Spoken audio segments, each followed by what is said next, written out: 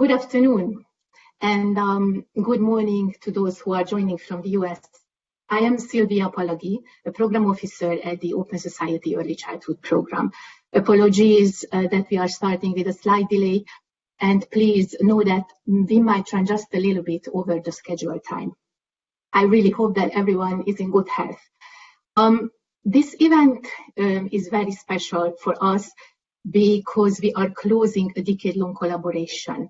We would like to aim to discuss together how research and data can turn into evidence-based policymaking and how it can advance the rights of young Roma children. We are in the moment when there is a massive amount of injustice and discrimination, segregation impacting the life of young Roma children. Most of these families face challenges every day. And this is due mainly to systemic reasons. In many cases, systemic racism and discrimination. The event today will aim to introduce you the Romani Early Childhood Inclusion Report Series, RECI, as we call it. As I said, it's a decade-long work we are closing at the end of 2020. Our collaborating partners who funded this collaboration during these 10 years and who are also co-hosting the event today with us are the Roma Education Fund and UNICEF. We will be accompanied by 14 speakers, and I'm very happy and a warm welcome to all our incredible speakers. And I think we are ready to start. We will actually venture into the welcoming remarks right now. We will have with us Sarah Klaus, the director of Open Society Early Childhood Program. We will have RECI Palicciupi, the interim co-director of the Roma Education Fund, and Evelina Borisova, UNICEF's Early Childhood Development Advisor for Europe and Central Asia. Please, Sarah, the floor is yours, and I would like to ask you, Recep, to take it after Sarah is concluding her remarks, and also Eva, please just continue after Recep is finishing his part. Thank you. So welcome to everybody. I am absolutely delighted to welcome you to this important event on behalf of the Early Childhood Program at the Open Society Foundations. Open Society Foundation's work in Roma early childhood goes back to 1994 and the launch of the Step-by-Step program. We worked with preschools and primary schools near Roma communities to model best inclusive practices. We designed initiatives and collected data to demonstrate that Roma children are overrepresented in special schools and that those that were in special schools could be reintegrated into regular schools. In later years, we piloted community-based programs run by NGOs and and we also evaluated parent initiatives. I'm very convinced that as a result of these kinds of pilot projects funded by the European Union, the World Bank, Open Society Foundations, UNICEF, and the Roma Education Fund, and governments, that in every country there is actually enough expertise to create the programs to ensure that every Roma child has a fair start in life. But implementing pilot projects hasn't resulted in the changes that are big enough. We need to find ways to achieve the political will and funding to scale up these initiatives. The Roma Early Childhood Inclusion Reports that bring us together today were created with that in mind. Back in 2009, Deepa Grover, who at the time was responsible for early childhood at UNICEF in Geneva, Deepa and I sat together in OSF's London office, and we considered how best we could work together to advance the rights of young Roma children. We landed on what we thought was a brilliant idea to hire John Bennett, who had recently completed Starting Strong. These were national reports on early childhood that were implemented and issued by the OECD. And we came up with the idea of creating a similar set of reports focusing on young Roma children to give visibility to this issue. Roma Education Fund joined the partnership, and RECI was born. The idea was to provide evidence and recommendations that could be used by advocates to ensure not only equal access, but also equal outcomes, a fair start in life for all Roma children. It's now a decade later. Taken together, the 8 reports tell the story of children and families, a vast majority of whom live in extreme poverty. They draw our attention to gaps in access to quality healthcare, education, and social services. There are many reasons why Roma do not have access to quality services across Europe. The RECI reports, though, tell us that the main reasons truly are poverty and discrimination. COVID introduces two crises that make this even worse, a health crisis and an economic crisis. Roma communities are experiencing all of this. What can we do to change this situation? From our perspective, the RECI reports are a critical resource, but they need to be paired with the actions of civil society organizations.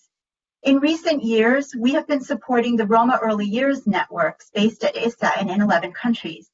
These networks bring together Roma and those who work with Roma children and families to advocate together for better services. Later, we'll hear from a colleague at Eurochild about a European campaign that will advocate for more resources and support for young children in Europe, especially poor and excluded children such as Roma. We need all of us to be active in these movements, these campaigns, these networks, to secure a strong start for Roma and other children living in poverty or facing discrimination. At the end of this year, in 2 weeks, the work of the Early Childhood Program at the Open Society Foundations will come to a close. I want to take this opportunity to thank our partners, UNICEF and the Roma Education Fund, and all of the many researchers and organizations that have been involved in Roma Early Childhood Inclusion Reports for your incredible work. I also want to give special thanks to Silvia Paladi for this cause. Recently, and the web resource to support this important advocacy. I'm convinced that if we all work together, we can make a difference for young Roma children and families.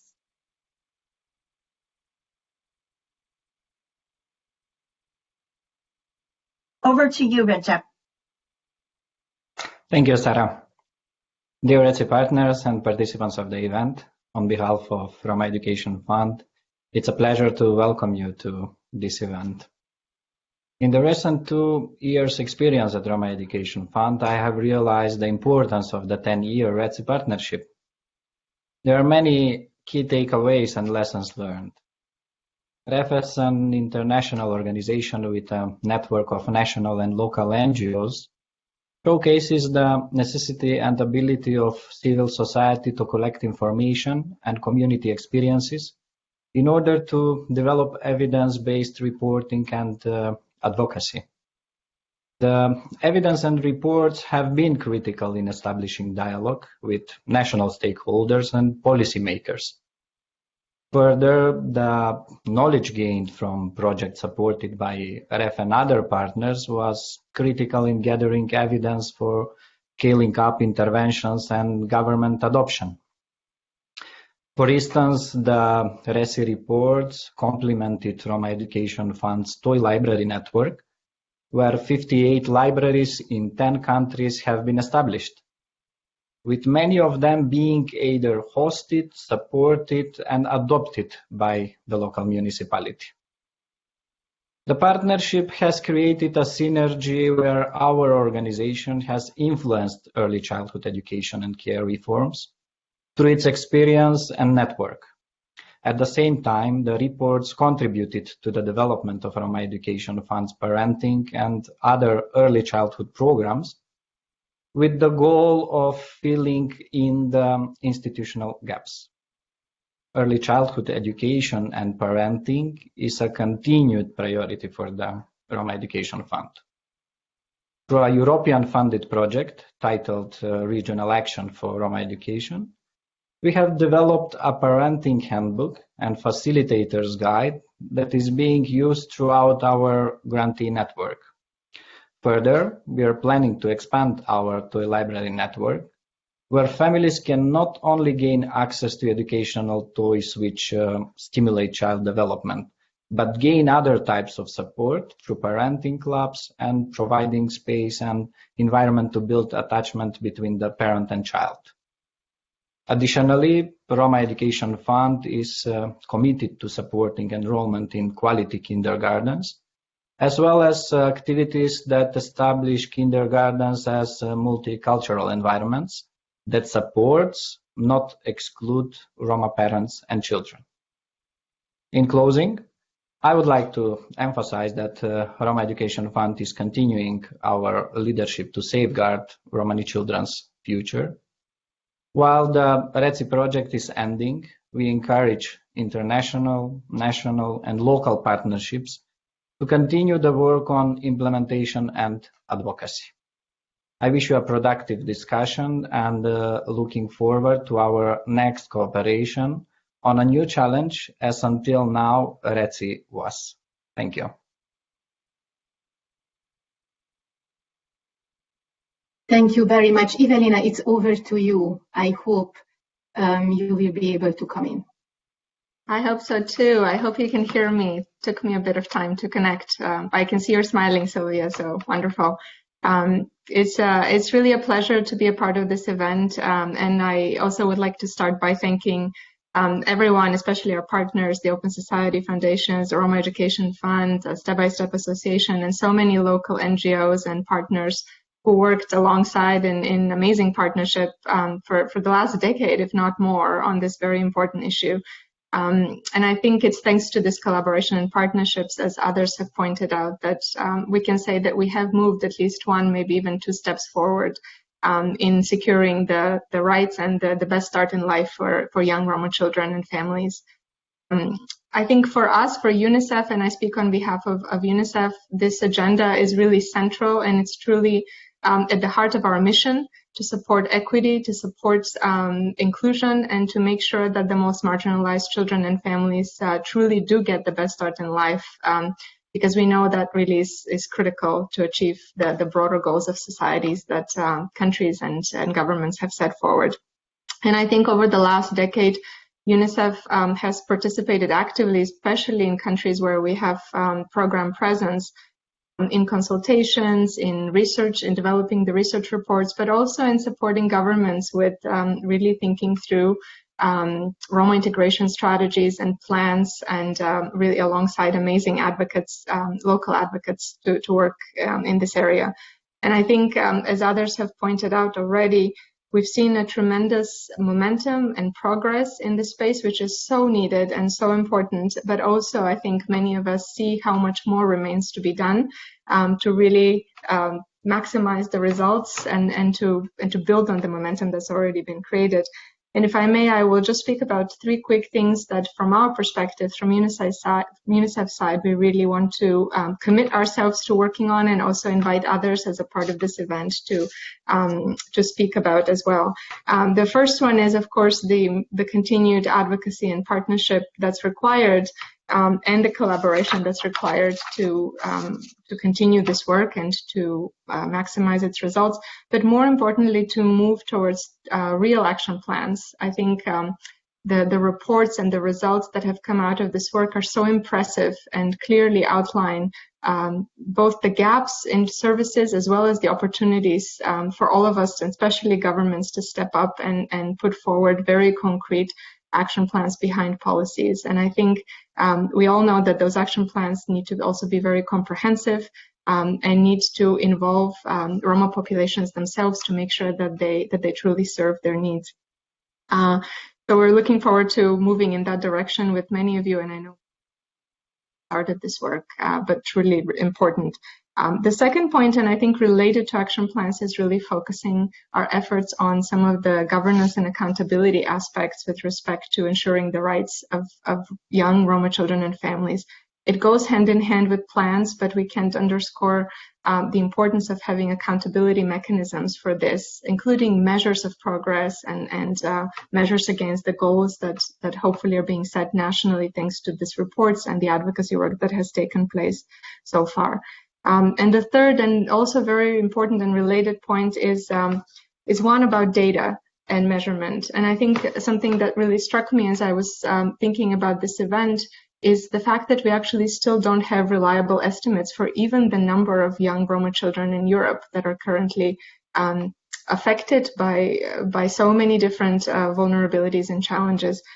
In our regional office, we estimate that it's about 4 to 5 million Roma children across Europe. But the fact that we're talking about estimates is not okay. So from UNICEF's perspective, I think we really want to see also the work on data, on true disaggregation of data across countries move forward. And we know that with that kind of data, we also will fuel better advocacy and hopefully more strong action plans at country office level as well.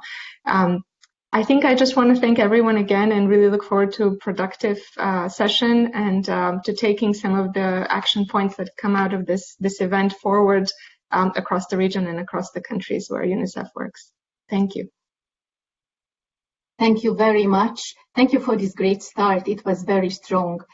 I believe our work has never been more important than now in this moment in the middle of the pandemic. We are slightly reaching the number of participants being 70, and at this moment we would like to engage you all, and I would like to ask you to open the first polling question. It should pop up on the right hand side of your screen. Please let us know what's your background, and please choose one of the answers. I'm asking also the speakers, please provide your answers. You can choose from the options. I am from a state agency in the governmental sector. I'm from a national level NGO or a local NGO. I am from an academic institution. I am from an international organization. I'm from an institution of the European Union.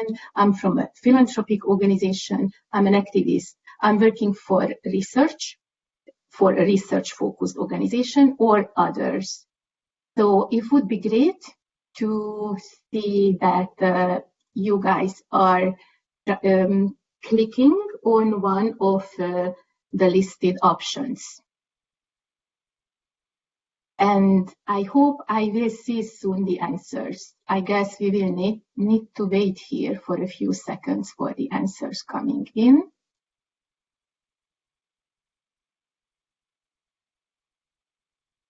Yes, here we are. So the majority of the speakers are from philanthropic organizations. We have also quite a few from national level NGOs and local NGOs. We have also quite a few from academic institutions. We have attendees from institutions of the European Union and also researchers. Thank you so much. I would like to engage everyone into another exercise. Please use the chat box and please send your questions to us anytime during the event.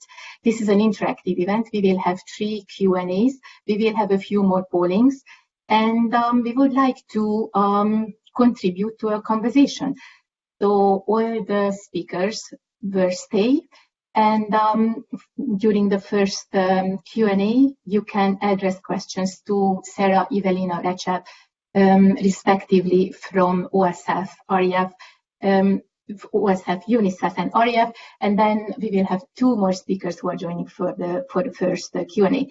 So let's move now to the keynote. The keynote will be delivered by Dan Doggy, who is the Chief and the Senior Advisor on Roma and Sinti issues at OEC ODIHR, Office for Democratic Institutions and Human Rights, my former colleague from those years what we spent together at the Roma Education Fund. Thank you, Dan, for joining. The floor is yours.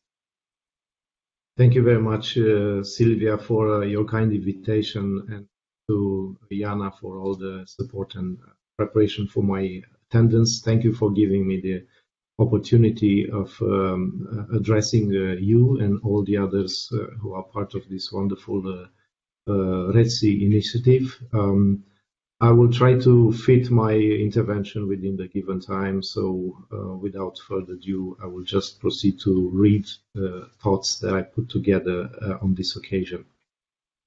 This year we mark the 30th anniversary of the adoption of the 1990 Copenhagen document on the human dimension. Why I mention this? It's because it has a significant importance for the Roma. It's the first official text in the OSCE to specifically mention the Roma people and their challenges and problems, among them being the racial hatred and discrimination.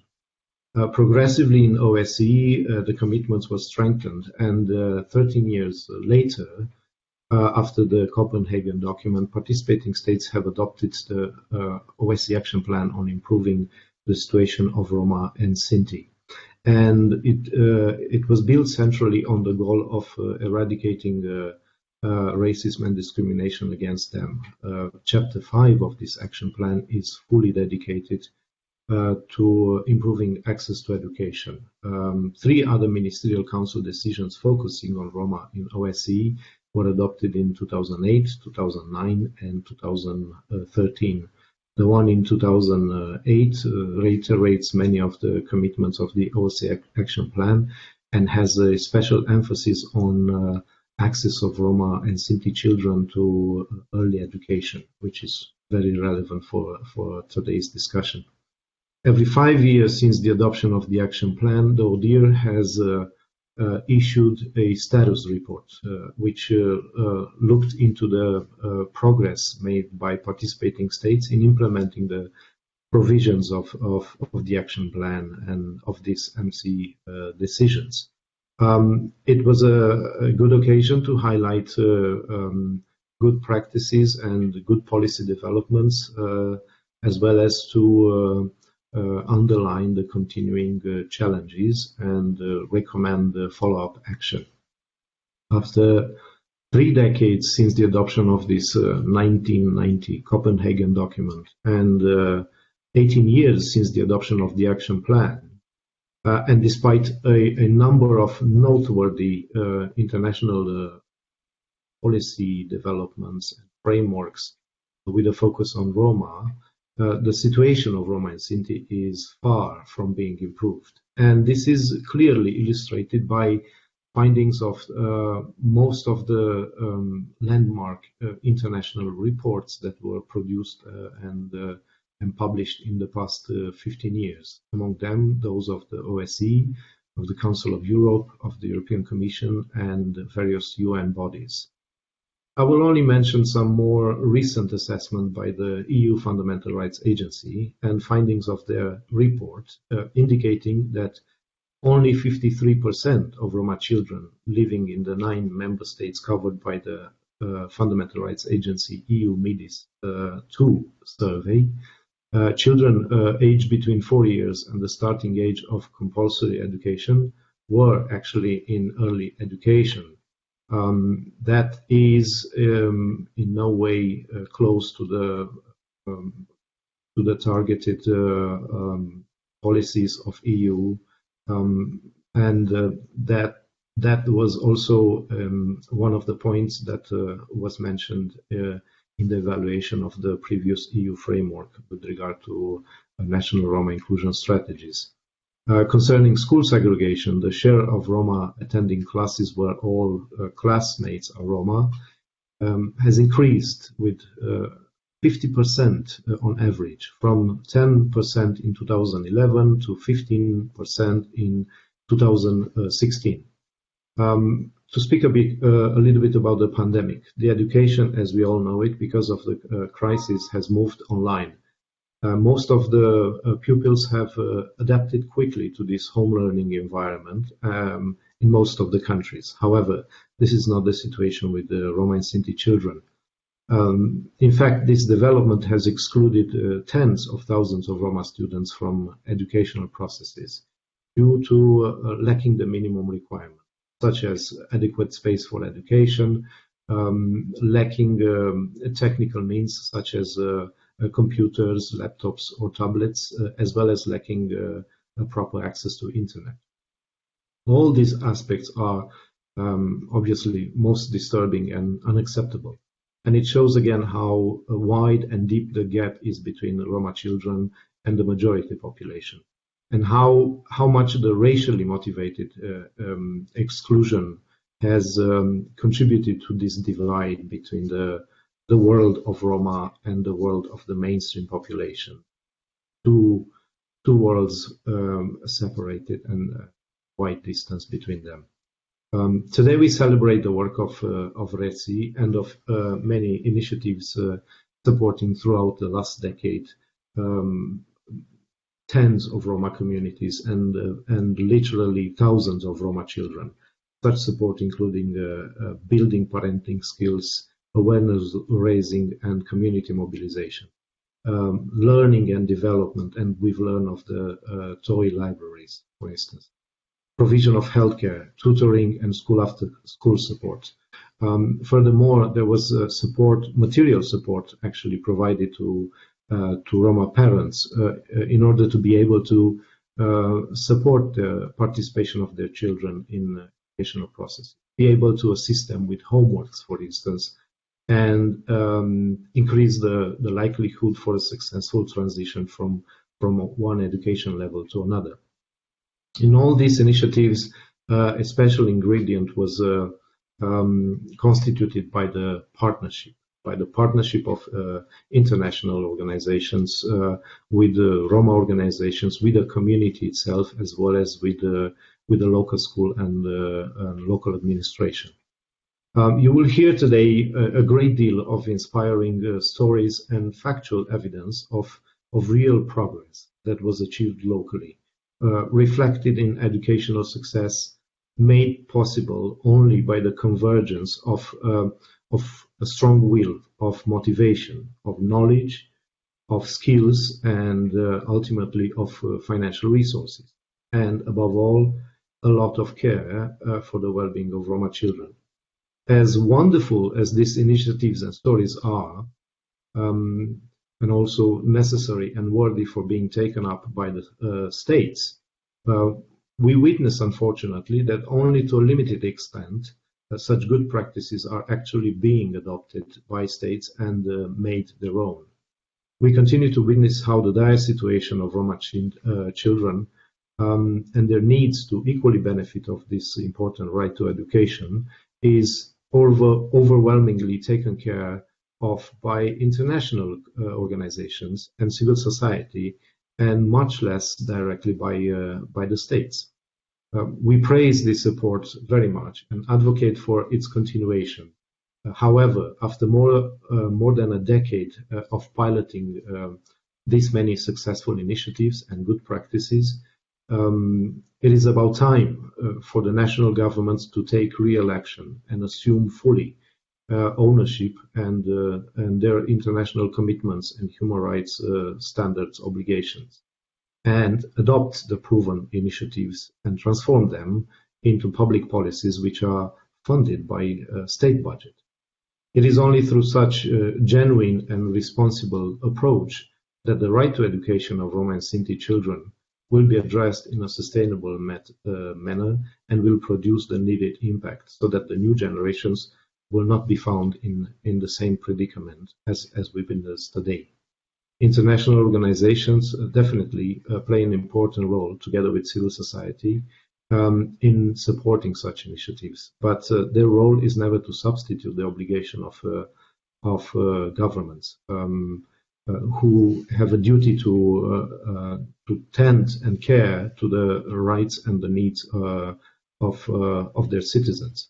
In conclusion, I would like to praise the work and efforts in the area of education by all stakeholders, be them state or non-state actors, international organizations and civil society, and strongly call for the continuation and further replication of the good practices developed, while vigorously advocating with state actors and to upscale them into state-funded policies. In the end, I would like to kindly remind RECI participating states of their commitments towards the Roma and Sinti children, and the importance of acting firmly for the eradication of discriminatory practices of segregation of Roma children into all Roma classes and schools, as well as to put an end to the biased and illegal act of systematic routing of Roma children into special schools meant for children with disabilities and learning difficulties. I congratulate all partners involved in the RECI initiative for the tireless work and effort throughout the past decade. I thank you for your attention, and I look forward to learn very good information from the findings of your reports. Thank you. Thank you, Dan. Thank you very much. Very well said. Thank you for emphasizing on the role and the responsibility of governments. Now we will let you know what is the Romani Early Childhood Inclusion Series is about, what has been done, and more importantly, what should be done in the future. we will definitely discuss that more in detail. So this part will be a reflection on the RECI series. A brief RECI presentation will be delivered by Jana Hutova, who is with us, and some reflections on key achievements will be shared by Arthur Iwatz. Both of them are consultants of the Open Society Early Childhood Program. They have been working with us and supporting our work for many, many years. Thank you very much for this long-term collaboration. Jana, the floor is yours. And Arthur, I would just ask you, please just continue after Jana will finish her presentation. Thank you. Thank you, Sylvia, and good afternoon to everyone. The main objective of the RECI report was to highlight the importance of early years. The report made a very strong case why the government should invest in early childhood development for Roma based on economic arguments, the results of neuroscience research, as well as on the governmental human rights commitments. The other aim was to make information and data on young Roma children's exclusion available to decision makers and key stakeholders. And as Sarah already explained, RECI reports were intended to support evidence-based advocacy for equitable and inclusive early childhood policies and programs. This initiative was one of the first attempts in Central and Southeastern Europe to capture and present systematically the situation of young Roma children and their families. It's also worth noting that the reports were framed within the context of national histories of Roma marginalization and exclusion. And unfortunately, you're probably not going to see the slides, but the reports were implemented in 8 countries, both within and outside the EU. And I'm going to list them: Bulgaria, Croatia, Czech Republic, Hungary, North Macedonia, Romania, Serbia, and Slovakia. The first report was prepared in 2009 for the Czech Republic. And in the first phase, 3 more RECI reports were developed in North Macedonia, Romania, and Serbia. In 2011, a draft report for Hungary was also prepared. And based on these country reports, John Bennett prepared the RECI overview report in 2012. The overview reviewed respective policy context and proposed a comprehensive model for delivering early childhood services. And in the second phase, 5 reports called RECI Plus were prepared for Croatia, Czech Republic, Slovakia, Hungary, and most recently Bulgaria. The Bulgarian report was just launched in November, and we will hear more about it from Anita today. For these reports, the number of Roma researchers and assistants within the research team increased. So in the second phase, the voices of the Roma researchers and experts, as well as the views of local research teams, were reflected in adapting the common methodology to the country context. Also, a great emphasis was placed on post-publication advocacy strategies. The innovative research methodology designed by John Bennett promoted a comprehensive approach and the need for close links between various early years services. It stressed the need to put both children and their families at the center. In other words, to address the multiple disadvantages experienced by Roma families, the only effective approach is to structurally integrate policy responses focused on young children and families. The report also included examples of good practice to show how can countries provide the support needed for vulnerable and at-risk families from the start. It argued that a more proactive, preventive approach will benefit the whole of the society in future. Another key feature of the RECI was a very strong emphasis on presenting the views of Roma communities and families, gathered through focus group discussions and interviews. Now, they would be good to see the visuals we had prepared for you, so I can only refer you to the newly launched RECI subpage you can find on the RAIN site, and you will find their visual summarizing what I'm going to talk about now. RECI was so much more than producing 8 reports. RECI results are rather impressive and are both tangible, including reports, policy briefs, advocacy activities, as well as intangible, and that includes collaborative networking, transfer of knowledge, capacity building, learning from each other. One of those intangible results worth mentioning is collaborative partnerships. In addition to the partnership of the 3 international organizations, a large number of national partners from academia, civil society, and Roma NGOs were involved. Each report was also supported by quite a large number of international experts. So it was a product of impressive collaborative effort.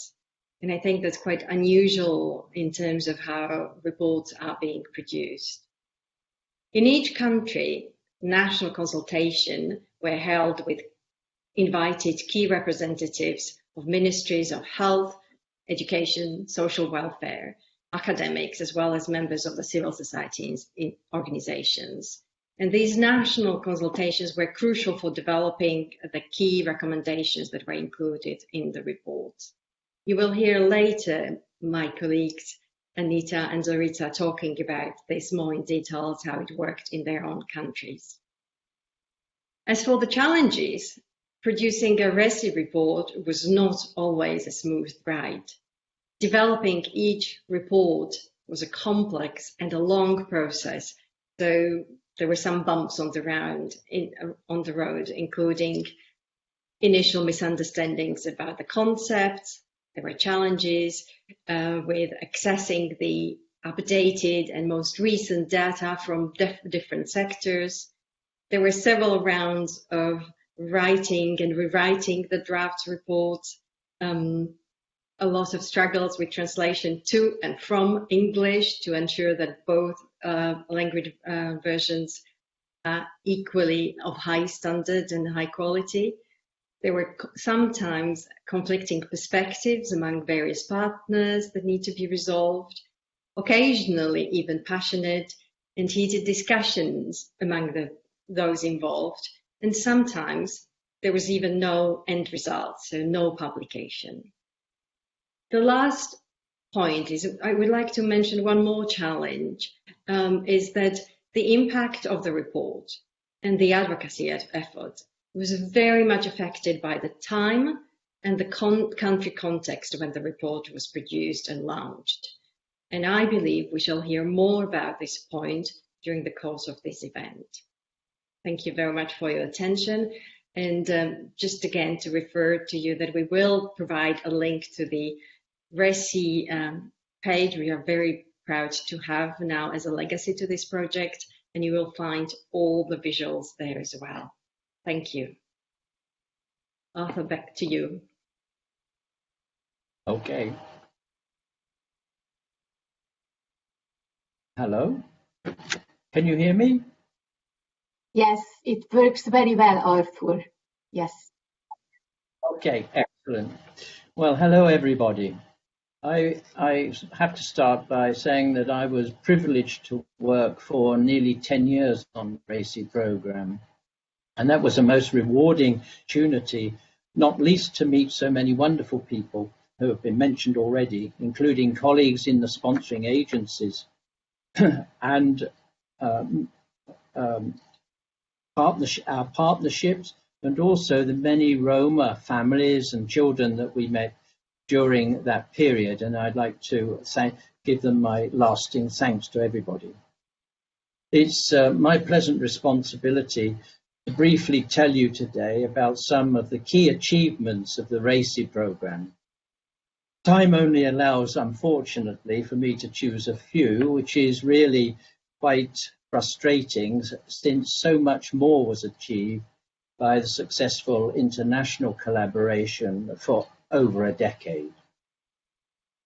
Perhaps the first achievement to mention was to bring to official attention, and this has already been mentioned by the keynote speaker, that the report formally drew attention to the non-existence of ethnically disaggregated data on the fortunes of Roma children and their families, without which, of course, there can be no audit of the treatment, experiences and consequences for minority groups in terms of their human rights, social inclusion and social justice. You'll remember the OSF publication No Data and No Progress on this issue of a few years ago. Perhaps the most significant and innovative achievement of the RECI process, which Jana has already touched on, was the involvement of Roma at all levels, including senior level RECI planning decisions, partnership research, authorship of the reports, and consultation and discussion with hundreds of Roma children, professional staff, and civil society organizations. The voice of Roma was certainly heard through the pages of the RECI reports. One further significant achievement was to bring to official and public attention that although all different, the RECI reports told a very similar story rooted in the evidence of young Roma children between the ages of 0 and 8 having disproportionately poor access to early childhood education and care, health and social care when compared with their non-Roma peers. This was often stark, as too were data on relative infant mortality rates. These findings demanded purposeful and informed action by governments. Previously, and too frequently I have to say, this disparity was officially explained as being the result of questionable life choices and poor and inadequate parenting by Roma families. Our research findings routinely demonstrated that this was not the case, and with the clear message to government, stop blaming the victims. It must thus be seen as a key achievement that the RECI reports provided the research evidence that racist discrimination and social exclusion against Roma was by far the most common causal factor in this disparity, and in a number of cases this was systemic and in evidence within institutional structures and professional practice. Finally, one lasting achievement, I think, of the publishing the RECI reports was of the early decision to include Roma history in each report. This, for the purpose of publicly establishing, which we felt needed to be done, of the long-standing citizenship rights of Roma in each country, and for detailing the documented story of their persecution and ill treatment by governments and non-Roma populations for decades, and in some sad cases for centuries. You can see how frustrating it is not to be able to go on and list more of the notable and important achievements of the RECI program, but I have to end there, and thank you very much indeed. Thank you for both of you. Thank you for these very informative, great points, and thank you to take us through the journey through this very interesting decade-long collaboration.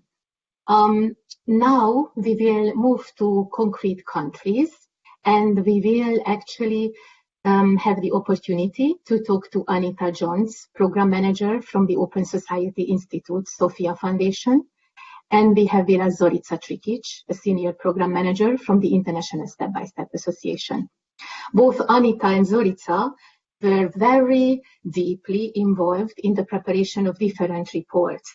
Anita was actually one of the authors and editors of the Bulgarian report, and this report was launched just few days ago, at the end of November.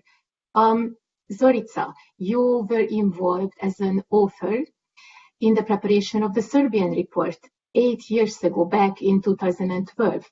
So I would like to address a few questions, maybe one question to you, Anita, and another one to you, Zorica, and then we will launch the Q&A.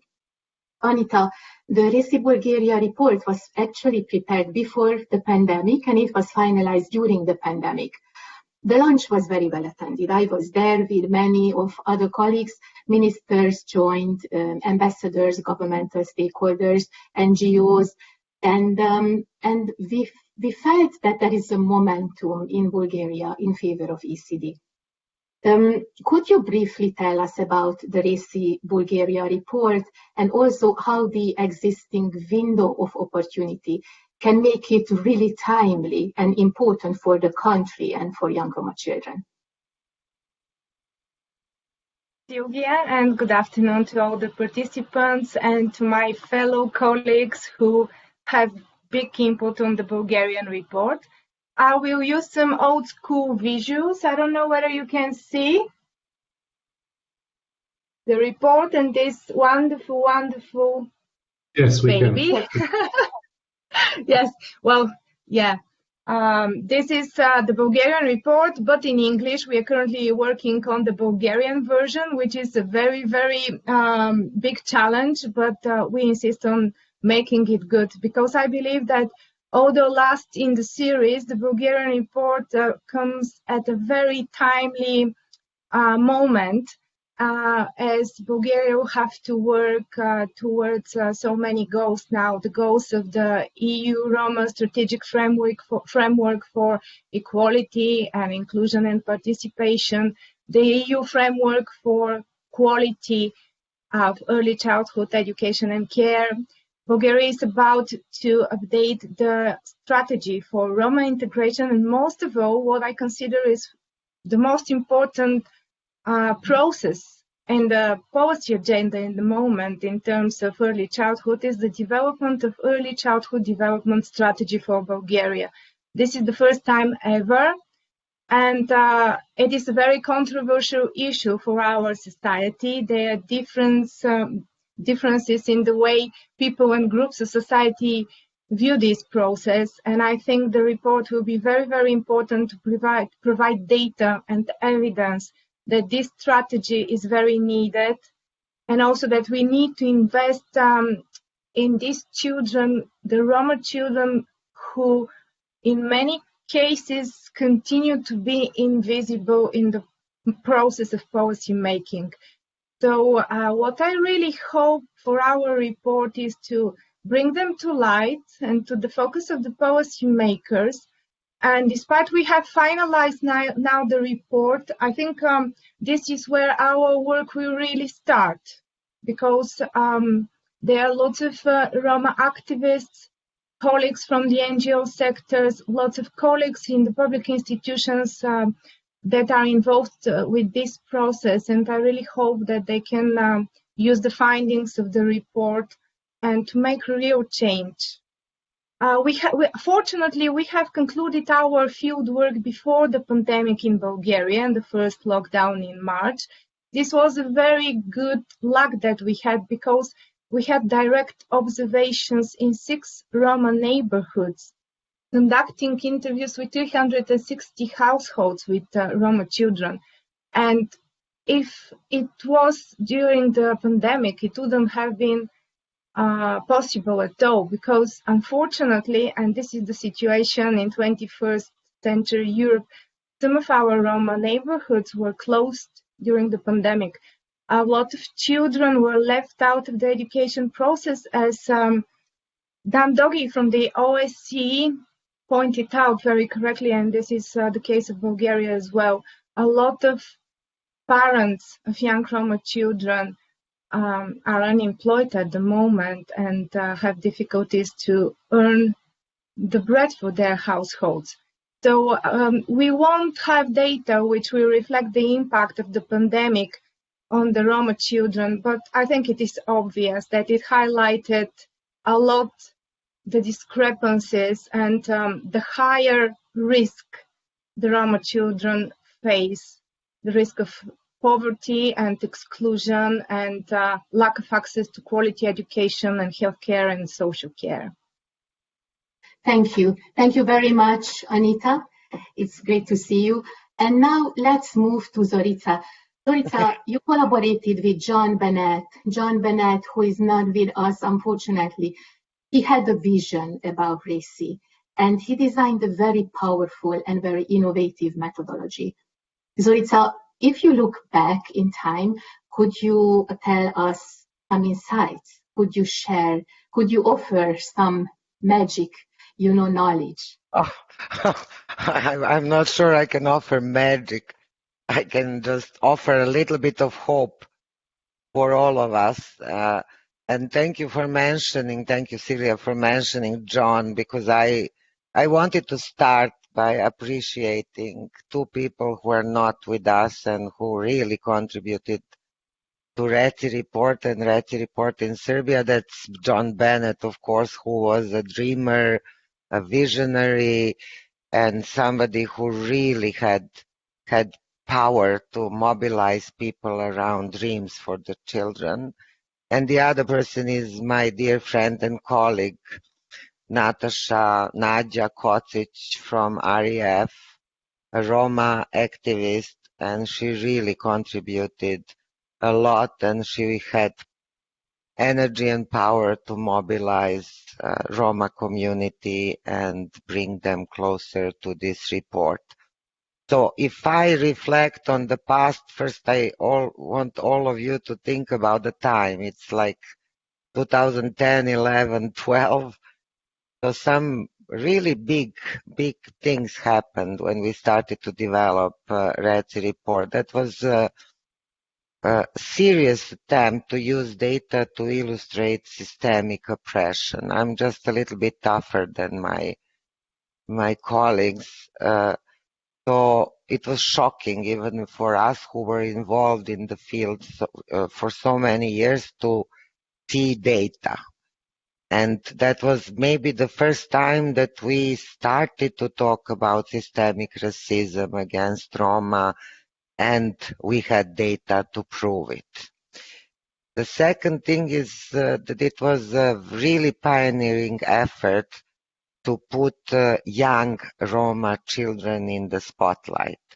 And as you all know, we are still fighting this battle to put young children and their families in the spotlight. And even if you look at the strategy for Roma inclusion, everything is there, but not the youngest children. So it seems that we are still living in this old-fashioned framework that we have to prepare those kids for schooling, and everything starts with preschool and school, which is a little bit scary because we are preparing them to fit in the system that we already made for them. It was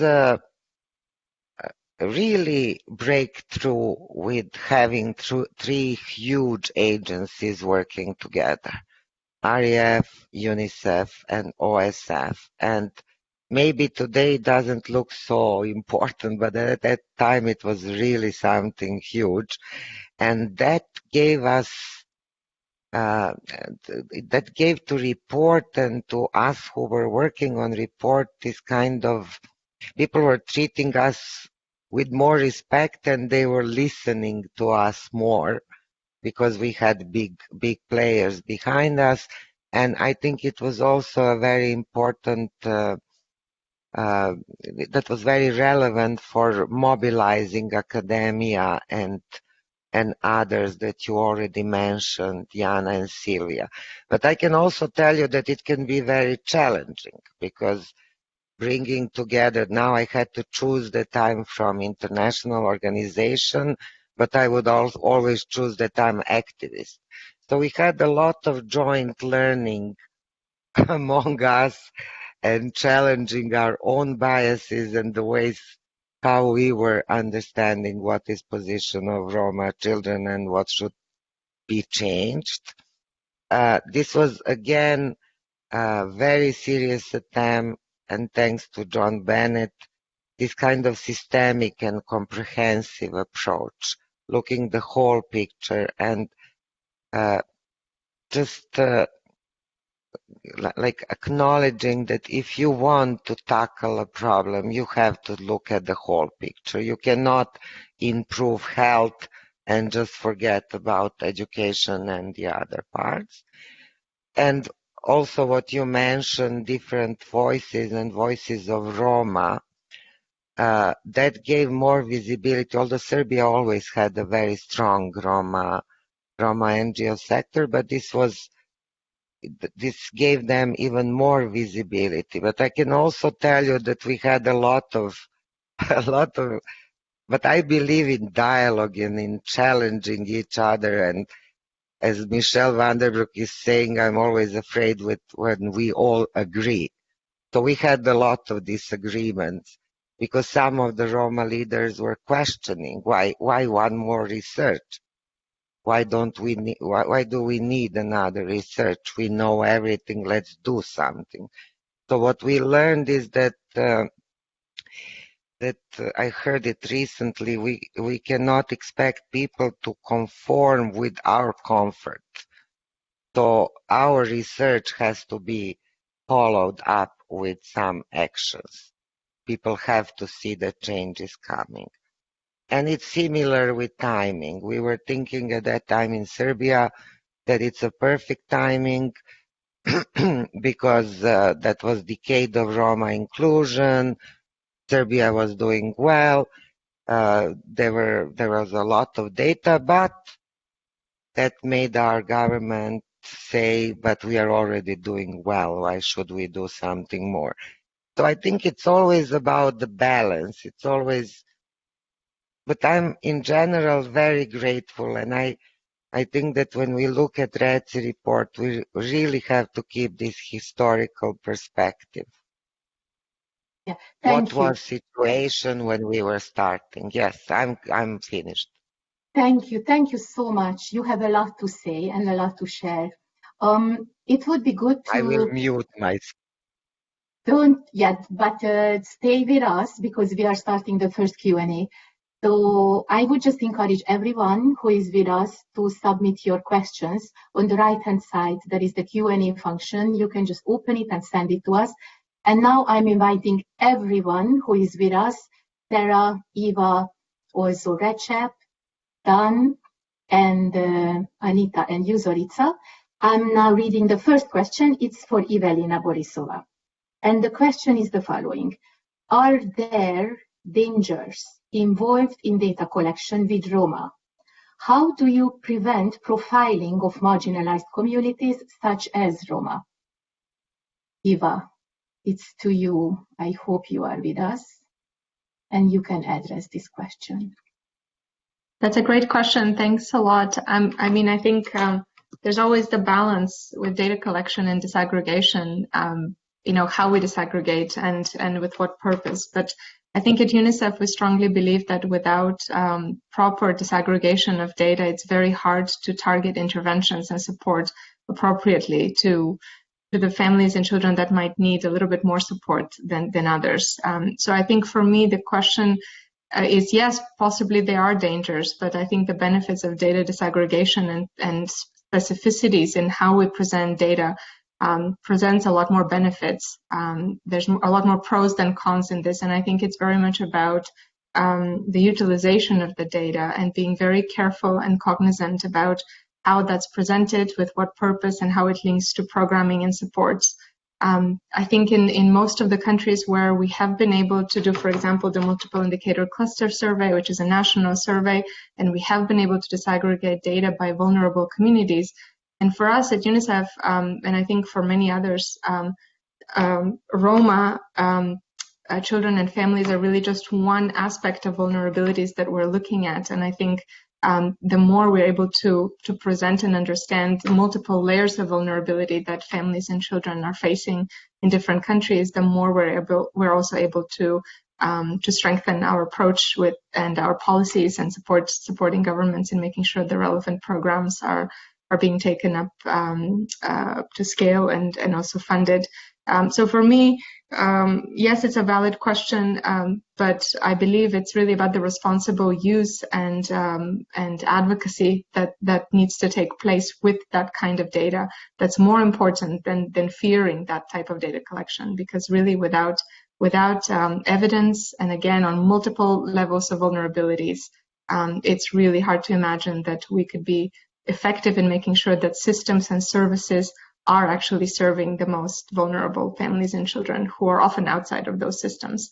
So we can also not rely on some of the more traditional kind of methods of collecting data through national systems if we already know that many of those children and families are not accessing some of the mainstream systems and data collection methods that are there. I hope that helps. Thank you so much. Don, the next question is to you. Please unmute your microphone. And it's a very concrete question. Why was school segregation increasing to 15% even before the pandemic? What can governments do to change this? I think you referred during your contribution to 10%, which was before, and now it's 15%. Can you maybe elaborate on this? I'm not sure I can give you the exact reasoning for that.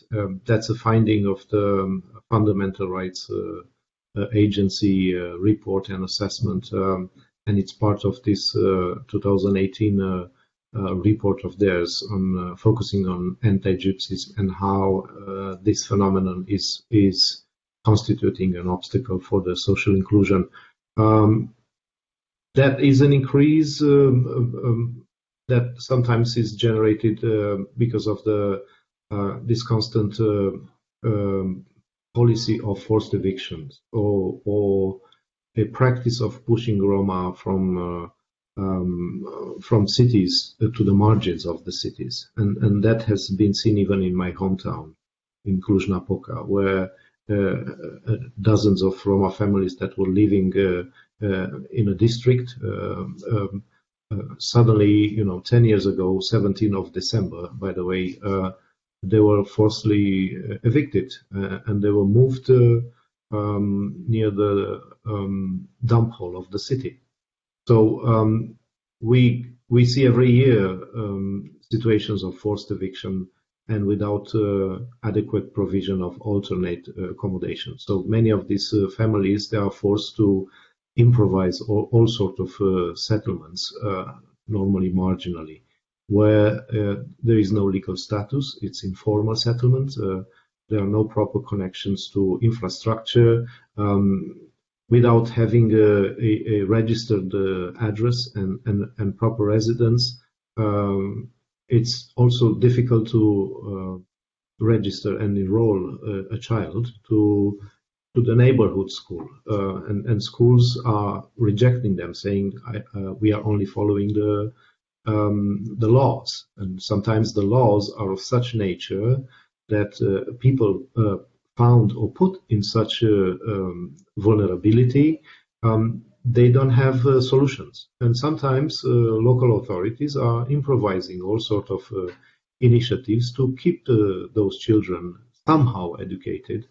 But that means very often that they are educated in a segregated way. So, Thank you. As Zorica and others mentioned, yes, this is a compounded problem. It's not only education; right. It's connected with many other areas of life. Yeah, systemic problems, systemic issues, and these issues need systemic solutions. Let's move. Maybe we can cover two more. And this is to you, Zorica. You mentioned internal biases, what had to be addressed when writing the Serbian report. Can you talk a little bit more about this? How did you overcome this? I don't think it's a problem of Serbian report. I think it's a problem with every single report when you are supposed to write about somebody else. So that's why what we were doing, we were always having discussions, and we also had our Roma colleagues together with us, and it was dialogue. It was putting on the table, if we write something like this can be read in this way, does this really reflect, because also we had focus groups with mothers and fathers and local communities. I think it's about, I think that we all as researchers have to be very honest with ourselves, how we ask research questions. Are research questions contaminated or not? Are these the most relevant questions for the group that we want to address? So, and I think it's about really proper naming the problem. What do we want to explore? What do we want to, because what Eva was mentioning, for me, this is always very interesting, how it's difficult to come to data about Roma, and then we have a research question, why do they don't want to be recognized, and how we are going to prevent assigned identities to people, because with data or without data, there is somebody who is doing this assigning identity to some people and some groups. Right. It's Thank you very much. about trust. Oh God, but you're asking very challenging questions. You have to prepare. It is a challenging question, but thank you very much for addressing. We will have maybe one more, and then we will move on. And Anita, this is to you. This is about the Bulgarian report, and it reflects on COVID-19. I would like to just mention that COVID-19 pushed Roma families further to exclusion and marginalization in your country, in Bulgaria. And I think the ethnicization of the pandemic was one of the features impacted the life of Roma communities. And restrictions clearly worsened the disparities, already existing huge disparities between Roma and non-Roma communities. So what could be done to mitigate this, to reduce the negative impact of the pandemic? How could the situation of the most vulnerable families be improved in Bulgaria? Yes, thank you for this question. I'm not the right person to answer maybe, but even at our launch event, we were promised that the Minister of Education and the Minister of Labour and Social Policy would participate, and they couldn't because they had a Council of Ministers meeting to discuss how they can mitigate these problems and what we can do with this so-called second wave of the pandemic in Bulgaria. And I can see in the policies that the government is now drafting that they are thinking how can they support those families and those children. But here, I think the problem is even bigger. It is the fact that our education system is not prepared to be a digital education system. And if this is not present for the mainstream society, how can we hope to provide the proper support to Roma children? I think at the moment, the society itself has to help itself in some way, and in the most marginalized communities, what I observe is that groups of citizens and representatives of the communities are gathering themselves to provide support to families, like even food, like shopping, like old tablets and smartphones for children. Lots of mediators and social workers are working for free, and they are volunteering in these communities to help at the moment. And I think that they're also the front line of the pandemic, not only the healthcare workers, but all those people who go there at the most vulnerable parts of our society and are there to help in this moment. Yeah. Thank you. Thank you very much. Yeah, I just want to say this. For the pandemic, there will be measures at the moment, but unless we have structural changes and policies, then we can't ensure that these people will be helped. And with the next pandemic, we'll have the same situation. Thank you. Right. Sorry. Thank you. No, thank you, Anita. Thank you very much for all of you for the thoughtful contributions. We will move now to the second polling. This will lead us to the second question. Please, everyone, including the speakers, go to the right-hand side of your window and just open the second poll. And let us know, what do you think is the most serious issue Roma children and their families face today? And you will see the answers are coming up. Lack of access to quality early childhood services, social injustice and inequality, discrimination, systemic racism, poverty, material deprivation, food and water insecurity, substandard housing and living conditions, economic recession, coronavirus, and the last one is non-democratic authoritarian governments.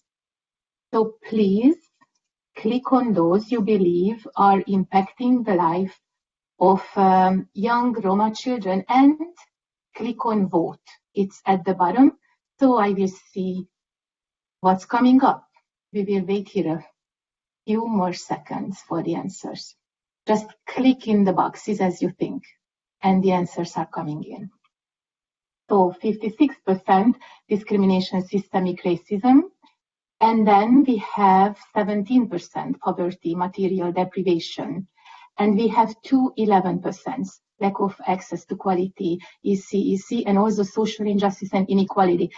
It gives a good understanding about the biggest concerns, and I think it will just lead us to our next panel. And the next panel is a pretty important panel discussing how policymaking and practice can actually benefit from research and data. It's not enough to collect data, it's not enough to come up with reports. And I'm really happy to welcome here two panelists, Jana Hainsworth, the Secretary General of Eurochild. Thank you, Jana, for joining. And we have Abel Ravas, the President of the Matthias Bell Institute from Slovakia. Thank you for joining. Unfortunately, we had Geraldine Lebreau from the European Commission. She planned to be with us today, but she got sick. We wish her a speedy recovery. I would like to ask a question to Abel. And Abel, I would also probably introduce you before I ask this question, because it's important for the audience to know what you have done earlier. So it's really, it was a really remarkable contribution from your side as a politician during the past 4 years. However, now you are a researcher. So you were the Slovak government plenipotentiary for Roma communities between 2016 and 2020. And I would like to take you back to this period of the time. You were, I think, a leading political figure who promoted an important legislation. And this legislation in Slovakia introduced the compulsory preschool from the age of 5. This was, I think, discussed during 2017. I guess it came out in 18, and it has to be respected from the next academic year, from September 2021. I remember when we launched the RECI Slovakia report in 2017, you were there at the launch, and I know that some of the data and research results influenced your political actions. So I'm asking you to reflect on the process of introducing this legislation. What do you consider were the key factors that helped you to introduce this very important systemic change? Thank you. Yeah, so hi, and thank you for having me at this really important event. So, I mean, what I want to say is that if you want to achieve change, then you just have to work a whole lot. So I remember when I took the position of government proxy in 2016, I started working on compulsory kindergarten, preschool education immediately, and basically it took me more than 3 years to get it done. And this was something that most people in Slovakia knew that had to be done, but it just seemed to be, not done. So it's not enough to have the right idea. You also have to find a way to get it done. And what I was trying to do is to join as many stakeholders as possible to get the result. which means that I spent a lot of time talking to people on the local level, talking to people from the local Roma communities, activists and such. I was talking to the mayors of municipalities, extremely important actors. I was talking to schools, preschool, kindergartens, and also civil society organizations who act locally.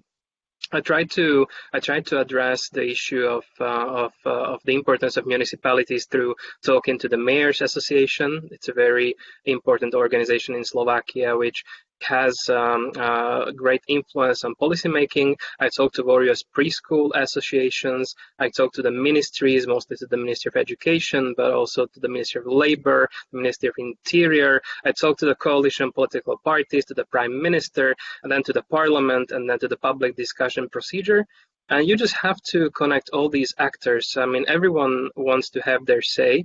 There is a lot of arguments pro and against. And, you know, in the end, it only worked out just at the end. So 3 years and some until we could gain enough support to the key actors to actually, you know, move forward with legislation. And even then we had to give, as you mentioned, Sylvia, a 2-year grace period for municipalities to get prepared for the actual implementation. So, you know, if you count, we started 2016, the legislation was passed in 2019, and then the implementation is in 2021. So it's a 5-year procedure at best. I mean, it could be done quicker. I just didn't find a way how. Yeah, thank you. Thank you very much, Abel. Very interesting. And after having a kind of a national perspective on legislation making, can we move to Jana, to you? And I would just take the audience to the European level. Besides access, high quality services are absolutely essential. We know that absolutely essential to improve ECD outcomes and to give a fair start, particularly to those children who are disadvantaged, like many Roma children. There are several great EU instruments, like the European Pillar of Social Rights. It underscores clearly that every and all children have the right, or should have the right, to affordable services. And besides the European Pillar of Social Rights, the Child Guarantee, the European Semester, there are several great instruments. Now, you are an advocate, a child rights advocate, and a civil society leader. You are to launch a big European campaign, and I would like to ask you to reflect on this campaign and tell us from your perspective, how can be the European Union a catalyst for change for young children at this moment?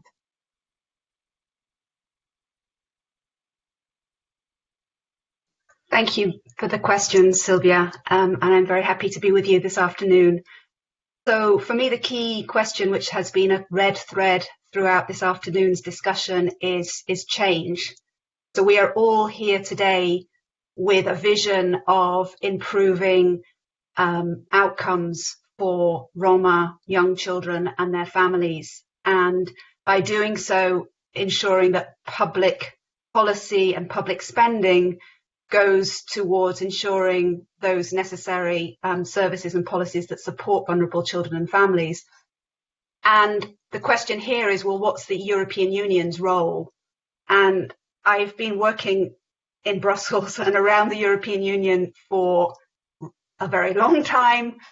And I know that there are, as you mentioned, many progressive, visionary agendas that are promoting inclusion, tackling poverty, tackling racism. And actually I live in a very progressive bubble. And what I find very challenging and frustrating is that quite often this happens in a parallel universe. And what we crucially need to do, if we are really committed and dedicated, and as Abel said, you know, he's so determined to create change, is that we need to connect those dots. And we really need to mobilize and engage national civil society actors, national and local governments who are committed to the European Union agenda, and find those points of synergy, because there are incredible there are lots of financial resources and a very progressive policy agenda, but all too often these do not connect at national level. And that's why we have come together with International Step by Step Association, with whom we're co-leading this campaign, and the Roma Education Fund and European Public Health Alliance, because we want to line up all of our ducks, or whatever you want to call them, when we will get, which we will get next year, the commitment to the European Child Guarantee, which is one of the ways that the European Union will implement the European Pillar of Social Rights, which was signed up to in 2017. And as a network of organizations promoting the rights of children, we see this as being a real opportunity if we have national actors, and mostly civil society actors, who are vigilant and enabled and have the time and the capacity and the knowledge to monitor how these resources are being spent at national level. Because it's one thing having good intention, and the motivation behind this initiative from the European Parliament was that every child must have access to health, education, childcare, housing, adequate nutrition. It's a wonderful aspiration, but unless you have ways and means of actually holding governments to account, we will unfortunately maybe see that this is a kind of marginal activity that goes into the pockets of a few favoured institutions, and it doesn't actually do what we've been discussing today, which is around systemic change, real structural measures, tackling inequalities in a sustainable way. So that's the purpose behind the campaign, and the way that we're constructing is, alongside those 4 international partners, is to have national coordinators in country. And in this first wave, we have 9 national coordinators, so advocates on early childhood development who have national campaigns, so that all of the work that we do at EU level actually locks in, so it complements and reinforces the change that national actors are trying to drive at a national level. So it's contextualized within the current situation in each country. And the 9 countries we have, very diverse. They range from Ireland and Finland, where you might have quite already far advanced early childhood development policies, to Hungary, to Portugal, Serbia. And the idea is that whatever we are advocating for at EU level sees itself mirrored in a national context, so that we can actually deliver the change that we think is so vital, and that we have the opportunity to use these extraordinary catalysts, I think, if they are applied in the right way.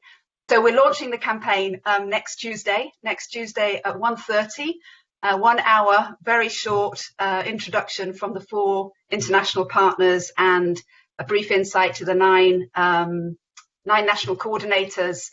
Data will be an important piece of it as well, and building on all the research that has already been produced, but our own looking at kind of what indicators will help us move the dial on this agenda. But most importantly, building the capacity of civil society to maintain the pressure on national governments and to create this synergy. Right. Thank you so much. Thank you very much for this deep insight. And I wish you the best luck for the campaign. Now, we will just move to the Q&A. We have the 2 of you who are answering to the questions. So please, participants, just use the opportunity and address questions to Abel and Jana. I have already one. And this one is to Abel. It's pretty much about how politics can influence policymaking. And the question says, did you have popular support from the public on the issue when you drafted the legislation?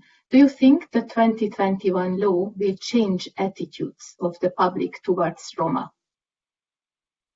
Yeah, that's a very, very good question, actually. And what I was trying to do from the early stages of the process is to bring in data about how people on the local level think, because it's very easy to talk from the level of the parliament and say, this is not something that the people want locally, this is not something that would help, this is not something that the people would approve.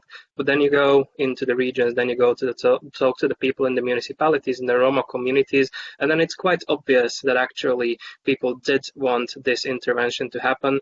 I mean, a very specific case was at the meeting of the municipality association, when the leaders of the association were saying, we don't want this law to happen. And then I just made a poll right there. Just put your hands up if you want this to happen. And the mayors who were sitting there were overwhelmingly for this intervention. I think almost 90% of them put their hands up. So I turned to the municipality association and said, well, you're not representing what the people really want. So that kind of intervention really helps just balance the discussion. It's always a lot of forces for inertia who don't want change to happen. And to the second part of the question, do I think that this new law will change public opinion towards the Roma? I mean, I think there is very little that can change public opinion towards the Roma in Slovakia as much as the compulsory kindergarten education, because that gives, I mean, I don't have to explain it on this forum, but that gives children a fair start, not only in the kindergartens, but then also in the elementary schools, will allow them not to go to special schools and then maybe access the primary labor market. I mean, there's really just not much more important here than early childhood support. And Slovakia for the years and decades now has not done much for Roma children. You could grow up in an informal Roma settlements for 6 years without any kind of intervention happening to you in the earliest care or in the preschool education. This one will give them, this change will give Roma children a real chance. And I hope we can go further down the road to 5 years, 4 years, and then to early care also. And I think that is going to change public opinion towards the Roma a whole lot in Slovakia. Thank you. Thank you very much for this comprehensive answer. We have one more question here for you, Jana. And it's about how would you make Roma ECD advocacy successful, leading to long-term solutions? How would we make ECD advocacy successful, leading to long-term solutions? So the way that we've constructed the campaign is that we're looking at a kind of 4-year timeframe. I think, Abel, you talked about the change being really a determination over at least 3, 4, 5 years. This does not happen overnight, and there can be many setbacks. And I think it's also fair to say that even when you think you've achieved change, there can be things that backlashes and all kinds of ways that you don't achieve, or that it regresses. But what I feel very strongly about is creating the fertile ground for the progressive initiatives at EU level, because I think that we have at European Union level a real commitment to drive inclusive agendas. But the problem is that it's not embedded in national realities. So for sustainable change to happen, it needs to have this bottom-up and top-down approach where you can use the European Union to leverage change nationally where it might be most useful. Sylvia, can I leave this question where it is and just make sure that I haven't got my daughter at my door? Absolutely. Yes, absolutely. Thank you, Jana. Thank you. There is one more question to you, Abel. And this says, what are the limitations of the research data and evidence in policymaking? Very relevant to you, who are a researcher now and a former politician. So please, the floor is yours. And this will be our last one. And let me just also ask participants to submit your questions if you have any, because this is really the last moment to talk more with Jana and Abel. Yeah, thank you so much for that question about the limitation of data. I mean, I didn't even praise the importance of data, so let's start with that very briefly to say that we used many sources of this aggregated data when drafting policy. We used the FRA report, the Fundamental Rights Agency report. I also personally used the RECI report, obviously, for Slovakia. We also have a best practice in the country called the Atlas of Roma Communities, which allows us to basically design local interventions and know very well which municipalities do we have to go to. On the other hand, it's not enough to only have the data. So, I mean, you have to garner support for your actions, for your initiatives, and that is not only about data. That's about political support. That's about well, let's say opportunistic political interest. So, which means that you have a start, you have a vision, you have to have a basic analysis of the facts. That's important. But in the second phase, when you're looking for political support, you just need a few key pieces of information that you are going to repeat again and again and again.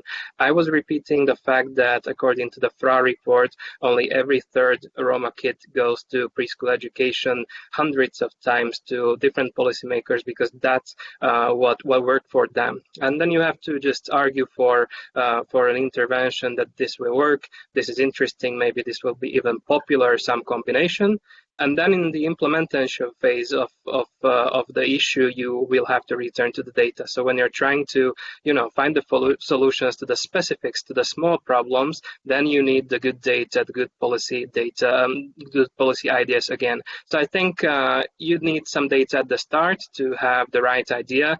Then you just need to, go through the trench warfare of politics. I mean, sorry, I have to call it that. And there you don't really need the data. You just need a good idea and a few pieces of key information. But when you're working on the implementation, you go back to disaggregated local data if you can, because without that, it just cannot be done right. Right. Thank you so much. And now we will move to the next panel, which is about Roma children's inclusion today. We will reflect on the past 10 years, and we will also touch upon where the country is now. We have 3 new speakers. Welcoming all the 3 of you, Zuzana Habirova Balazsova, who is the director of Roma Advocacy and Research Center from Slovakia.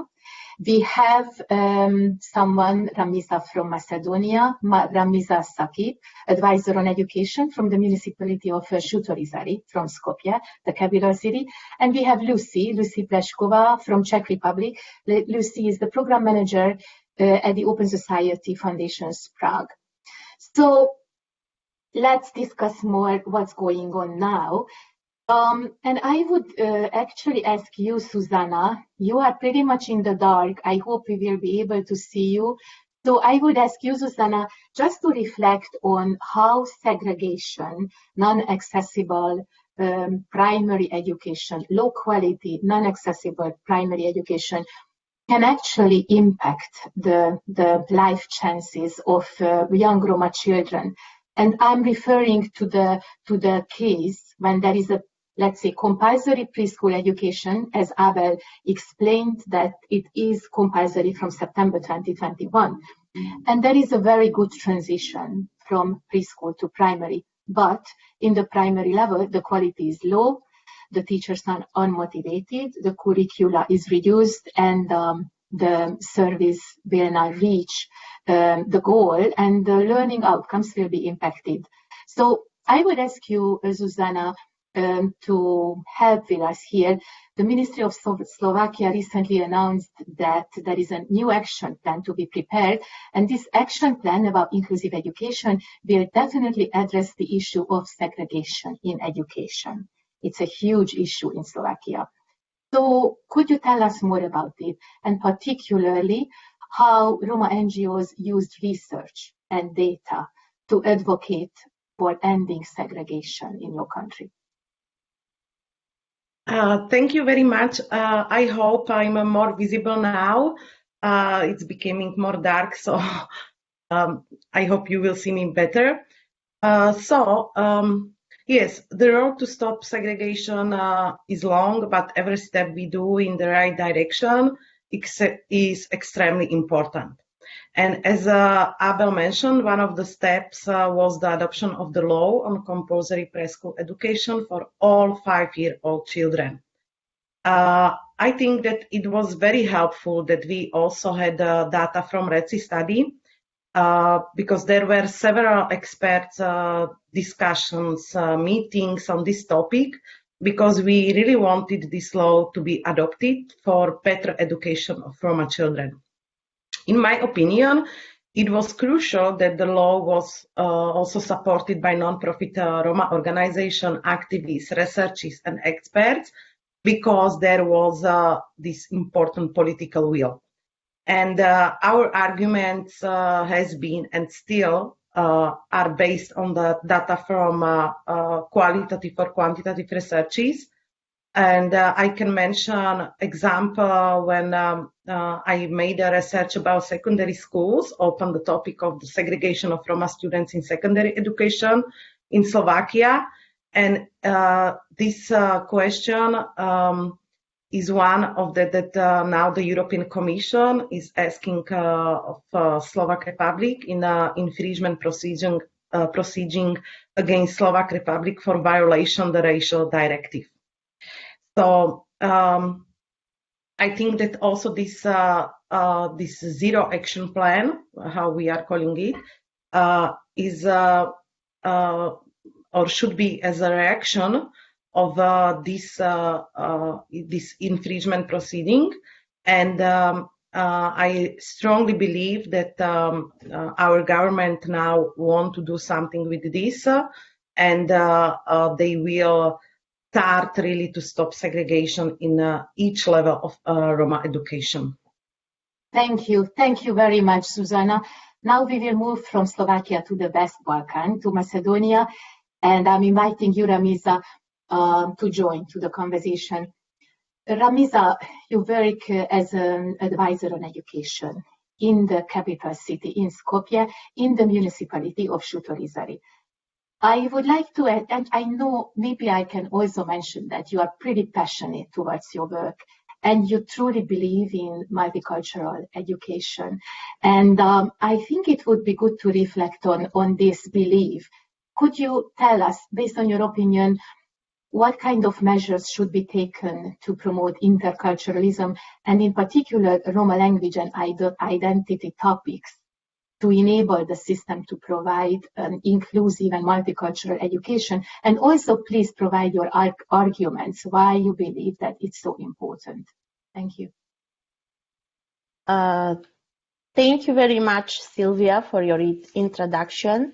First of all, I would like to thank you for the invitation to be a panelist in this event. As you already mentioned, the municipality of Šutorizari is the only one Roma municipality in the Republic of the North Macedonia, and I'm especially honored that I'm working there as 2 years as an advisor for education. So I would like to point out that the municipality of Šutorizari in October marked 24 years of its existence as a local self-government. In the municipality of Šutorizari, there are 2 primary schools, Brother Ramiz and Hamid, and 26th of July. We have 1 high secondary school, that is Shaip Yusuf, and we have 1 kindergarten, 8th of April. In our 2 primary schools, the number of students reaches 4,000 children. And really, that is a large number for a municipality in which mostly children are with Roma ethnicity. We, as a local self-government, enabled the teaching of the mother tongue in both primary school. And at the moment, the number of students who study the elective subject Roma language and culture is 1,953 students. I think that learning the mother tongue for the Roma community in our municipality is of the great importance for children to learn it from an early age. Why? Because not only that they are learning their mother tongue, they also learn the history and the culture of their people. Because today young Roma, very few, they know their history and culture. So I would like also to emphasize that it is very important for all of us as Roma, citizens of Europe, to be enabled in other countries where Roma are living, that Roma children in kindergarten, in primary schools, to study the subjects Roma language and culture and history, because not still today in every country, unfortunately, Roma students can learn about their Roma language, about their Roma identity, about their history, and about their culture. I think that only in this way we will be able to achieve our goal. That is that our future generations, they will keep their mother tongue, culture, and history, because recently in Europe it is also very dangerous. And we have to mention that there is a huge assimilation of Roma young people because they don't speak, they don't know anything about their history and culture. They don't learn in the schools or in kindergarten. So our country, the Republic of North Macedonia, it is a country which is composed by many nations and ethnic groups. And all of us as citizens in our country, I can freely boast that we are a country in which we are all contribute to promote the multiculturalism and the diversity in our country, which is a very rich and composed of different cultures. That is why I would like to emphasize that is very important that the subject which I'm talking about, Roma language, history, and culture, should be available also for the other non-Roma students from the earliest age, especially in kindergarten and in primary school. In order, if we want all these children to get to know each other better, and if we want to overcome all these prejudices and stereotypes, I think that this is the only way which we really can succeed in creating generations that we are going to be all proud, and we can talk about that we can contribute in building and promoting culturalism in our countries. And that's why I have mentioned when we celebrate the 5th of November, the Roma Language Day, I was especially honored that the president of our country, Mr. Stevo Pendarovski, he asked from us to be a panelist and with the teachers from these two elementary schools. And we have support from the president that these kind of subjects which are going to be implemented in all levels of studying, especially with non-Roma students, are so important if we speak about developing or promoting multiculturalism in our country. And this is what I wanted to share, my opinion, and I wanted to share this message in this conference, that really one of the main essential thing, if we talk about building generations where Roma children are not going to be discriminated from their fellow friends, if only the way, if they can learn together about the Roma language, Roma identity, and Roma culture, because we are Roma people with a very rich culture. And unfortunately, we always learn about the culture of the country and the society, but the others, they don't know anything about us. Yeah, thank you very much. Thank you, Ramiza. Thank you, Zuzana. Let us move to Czech Republic, to Lucy. Lucy, you are from Prague, and maybe you can help us to reflect on the compulsory preschool legislation and how is it actually implemented in reality in Czech Republic. The difference between the two countries, Slovakia and Czech Republic, we talked a lot about Slovakia today, is very clearly in terms of compulsory preschool. It's very clearly the fact that Czech Republic introduced compulsory preschool legislation quite a while ago, actually, if I'm not mistaken, 4 years ago, in 2016. And I am, who is pretty much aware of the current situation in the country. I know that in Prague there is a huge issue because there is a shortage of capacity, but there are other cities, let's say Ostrava, and many others, where there would be enough capacity to enroll every and each Roma children who are 5 years old and fulfill the compulsory preschool legislation obligation. So I'm asking you, from your perspective, could you reflect on experiences of putting this policy in life? And what have been the main challenges with the implementation of this policy? Based on your opinion, did it improve educational opportunities for Roma children later on during the primary cycle or not? Thank you.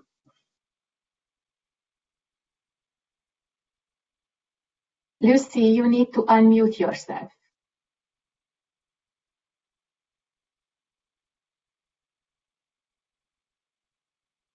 I hope maybe someone from the technical colleagues can help. It seems that Lucy cannot mute herself. It doesn't really work. Well, I hope you can sort this out with the colleagues. Yeah, well, then I would I think, go back to probably Zuzana. Just use the time for another question. And maybe, Lucy, you can try to sort this out in the meantime. Yeah. Zuzana, thank you very much again for being with us here.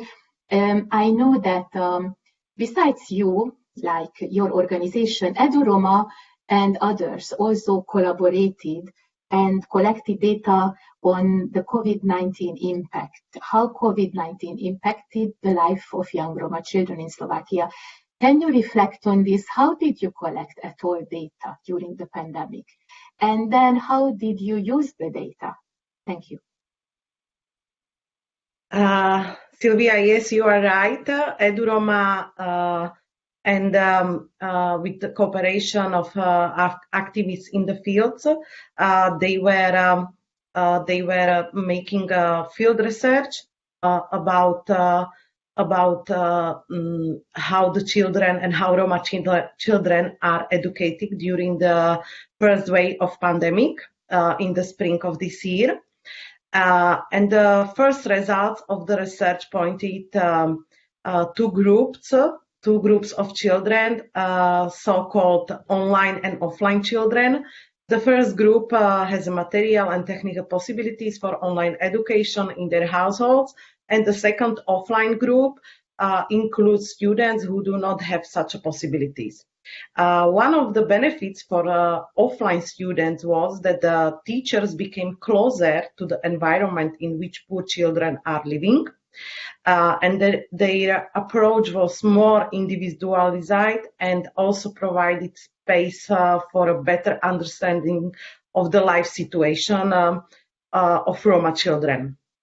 However, the results of the survey show that on average, up 60% of Roma pupils had no or only very rare contact with a teacher during distance learning.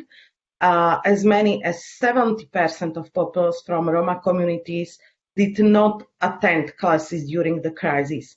In both cases, these are mostly second-grade students, and on average, only 30% of pupils from Roma communities were involved in distance learning during the education crisis, either online or offline, or later in the last month of June before the end of the school year, they voluntarily decided to attend full-time education in school.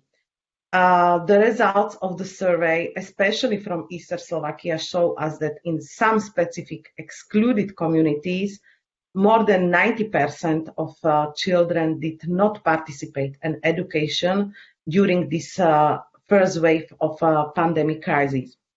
The research provided several recommendations.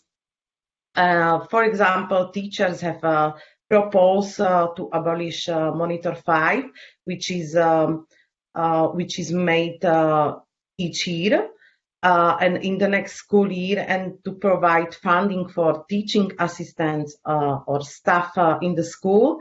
Teachers would also welcome the opportunity to work with pupils in smaller groups and schools would also like to have the lack of compensatory allowance for pupils. So this research was very unique in that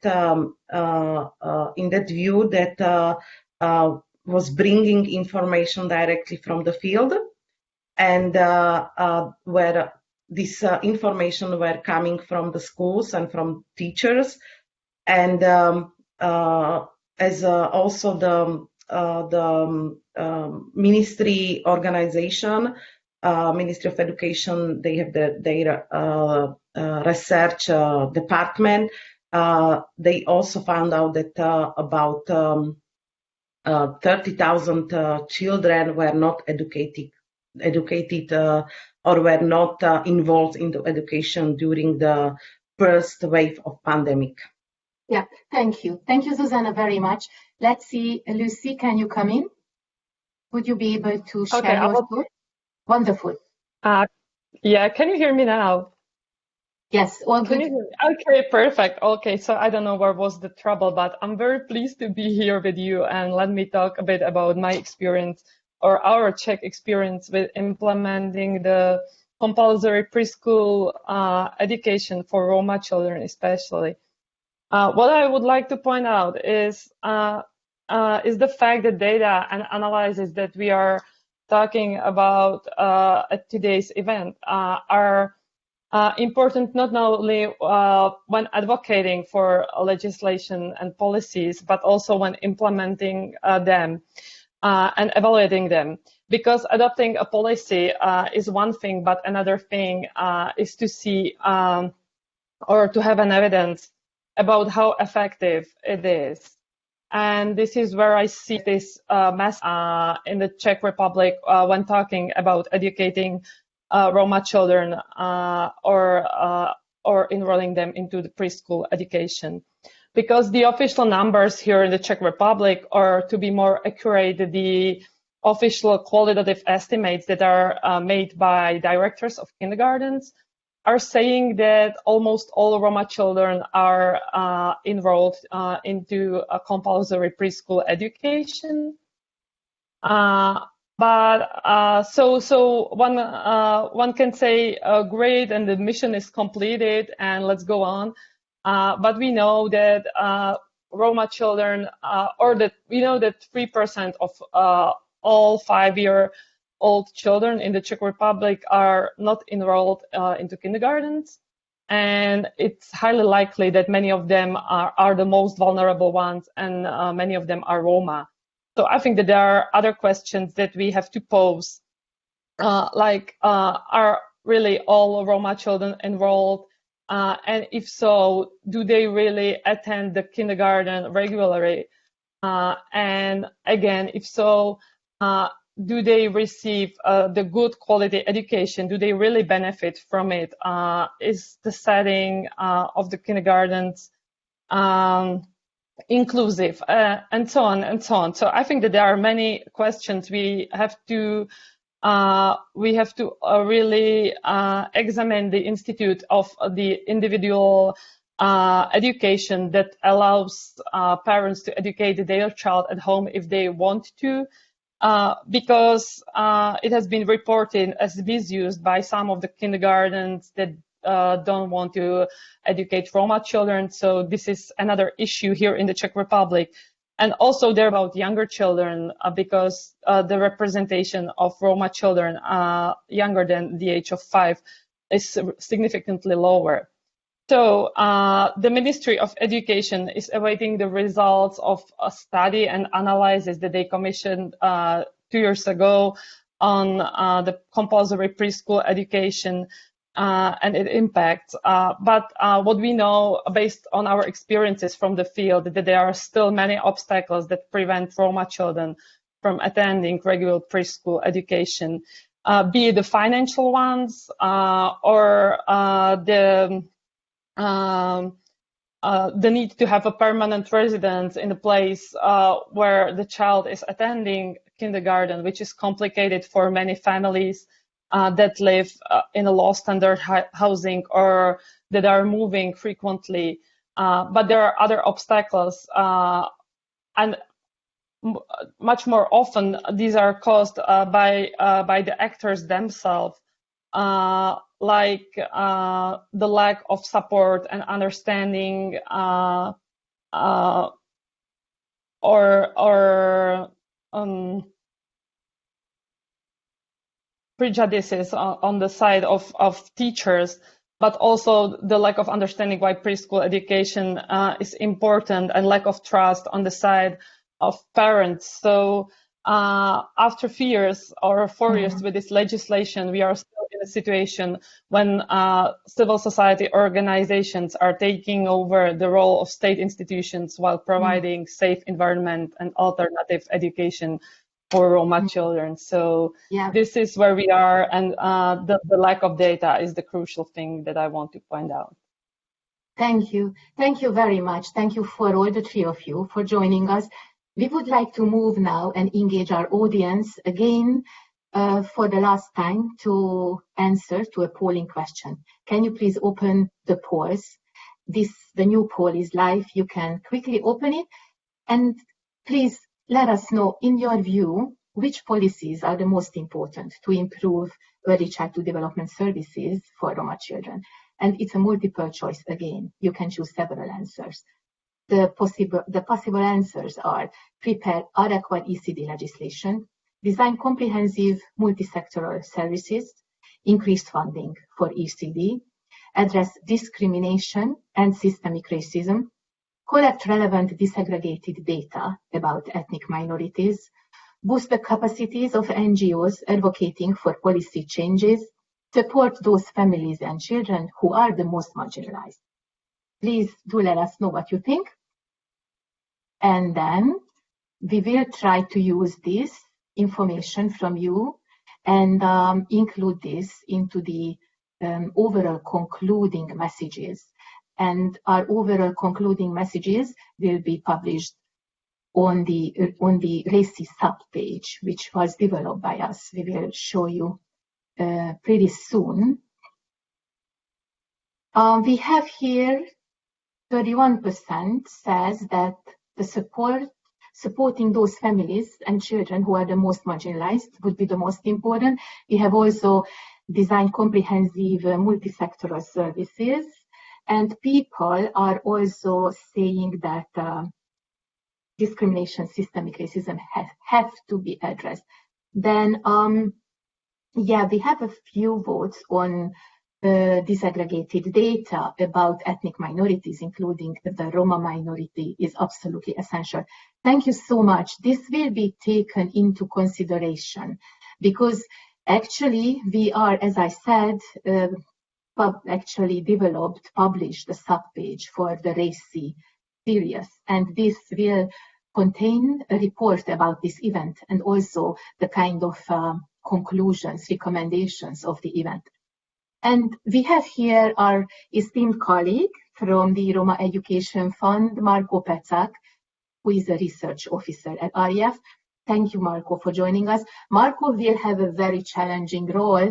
He is trying to summarize what was said today, and he will try to capture this within a few minutes. Thank you, Marco. The floor is yours. Thank you, Sylvia. Yes, it really is a privilege to be here and to provide the concluding messages for this event. In the next few minutes, what I'll try to do is summarize the discussions, but also give a bit of a summary about what the RECI partnership revealed in the past 10 years. So the RECI partnership made available key facts about Roma children and families' access experiences, outcomes, and early childhood development. The decade-long initiative collected ethnic data on access and quality, but as well as community and family experiences. Taken together, the reports showed that regional patterns of structural and societal discrimination that impede the life chances of Roma children. There's a common argument that there is not enough adequate ethnically disaggregated data to inspire institutional reform. However, the lack of reliable ethnically disaggregated data is not a concrete justification for inaction. Research and science on early childhood development is undisputed, as is the social economic exclusion of Roma across Europe. They reveal institutional and systemic barriers to the development of Roma children. Regardless of these data limitations, national governments must reach out to Roma families and children, evaluate how their institutions and policies create barriers and exclusion, and most importantly, identify what can be done to ensure that no Roma children and families are left behind.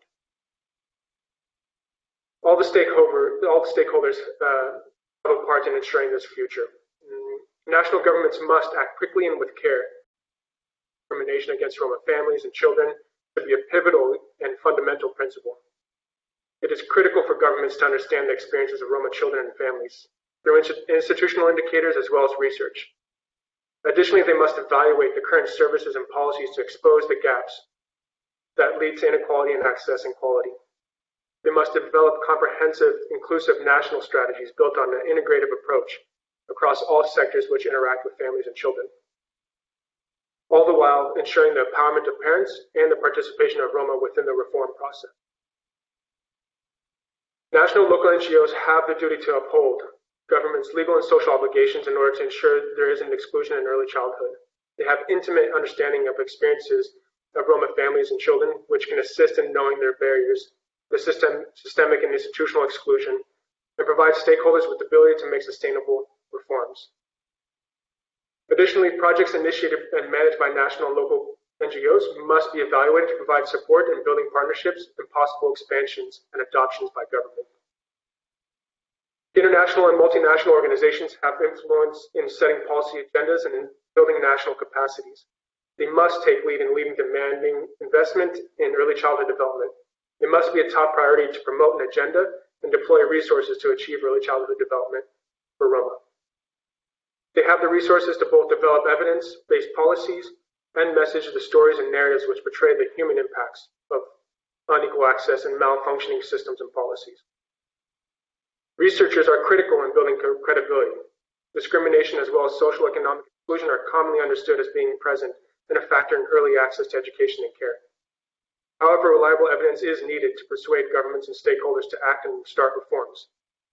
Thus, it is critical for research institutions to evaluate the impacts of policies and interventions, conduct representative studies, and impacts on childhood development and intergenerational health and poverty.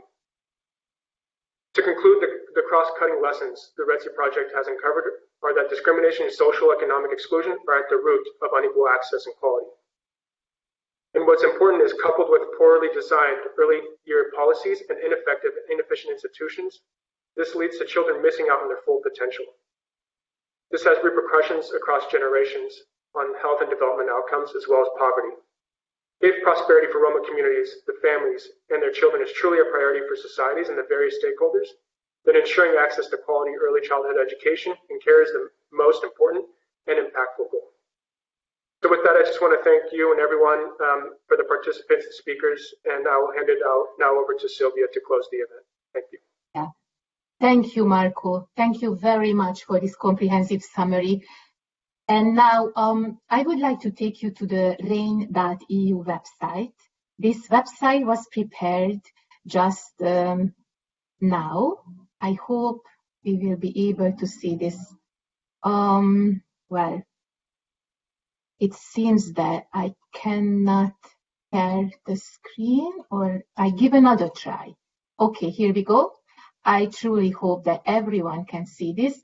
This is the REIN.eu website, REYN.eu.